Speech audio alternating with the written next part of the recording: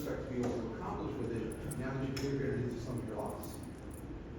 It's a good question. I would say I could jump off of both of Jake and Abe or yourself, I guess. But essentially, what it's added isn't so much all the new applications. The first thing that comes to mind, you have a shed in the back door, you have a sensor on your pool, you have things that were farther away, you didn't know what to do, you had to have a controller, run a wire.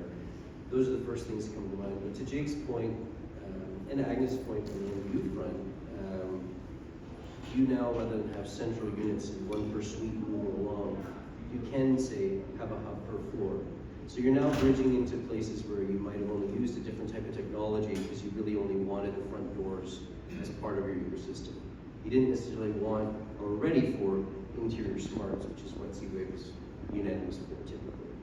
Now, I think the other part of that is we can see that happening, but even in the single family home, I have a lot of anecdotal pieces where we put that piece in, and even a technical integrator who knows how to say, add an extra piece to the mesh, it's a new Z-Wave network, it's a little bit, a little bit light here, I'll add a couple pieces, I'll add a light switch, something typical and low cost. They don't need to do that necessarily. So long range also helps in tricky building layouts, right? You want your hub in a place that's a little more discreet, even though Z-Wave's always had good connectivity and 800 is good that way.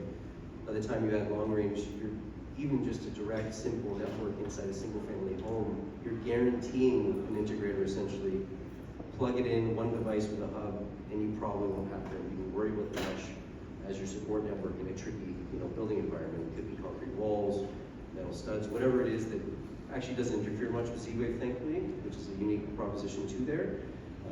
But those are things that I think are often missed, right? You think of the long range things, but sometimes it's just, we have the power to get there without needing all the cohort